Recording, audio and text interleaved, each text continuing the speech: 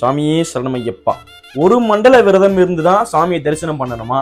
ஒரு மண்டல விரதம் ஏன் இருக்கணும்? ஸோ இந்த கேள்விக்கான ரொம்ப ஈஸியான பதில் ஒன்னே ஒண்ணுதான். சுவாமி நமக்கு லட்சக்கணக்கான சந்தோஷங்களை கொடுக்குறாரு. நம்ம என்னெல்லாம் கேட்கிறோமோ அதெல்லாம் இன்றளவும் கொடுத்துட்டு தான் இருக்காரு. ஆனா நம்ம என்ன சுவாமிக்கு கொடுக்குறோம் அப்படிங்கறதுதான் முக்கியமான விஷயம். நம்மளால சுவாமிக்கு கொடுக்குற அளவுக்கு நமக்கு அந்த அளவுக்கு தகுதி வந்துடல. ஆனால் நம்மளால ஒரு விஷயத்த கொடுக்க முடியும். ஒரு விஷயத்துல சுவாமியை சந்தோஷம் நிச்சயமா படுத்த முடியும்.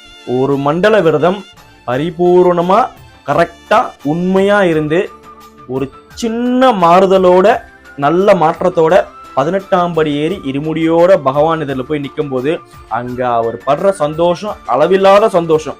அந்த ஒரு சந்தோஷத்தை கொடுக்கக்கூடிய பாக்கியத்தையுமே சாமி நமக்கு தான் கொடுத்துருக்காரு. ஸோ நம்மளால முடிஞ்ச வரைக்கும் நிறைய மாறுதல்களை ஏற்படுத்தி நல்லபடியா ஒரு மண்டல விரதம் இருந்து சுவாமியை போய் தரிசனம் பண்றது ரொம்ப நல்லது. அவருக்கு அதுதான் சந்தோஷம். சுவாமியே சரணமையப்பா.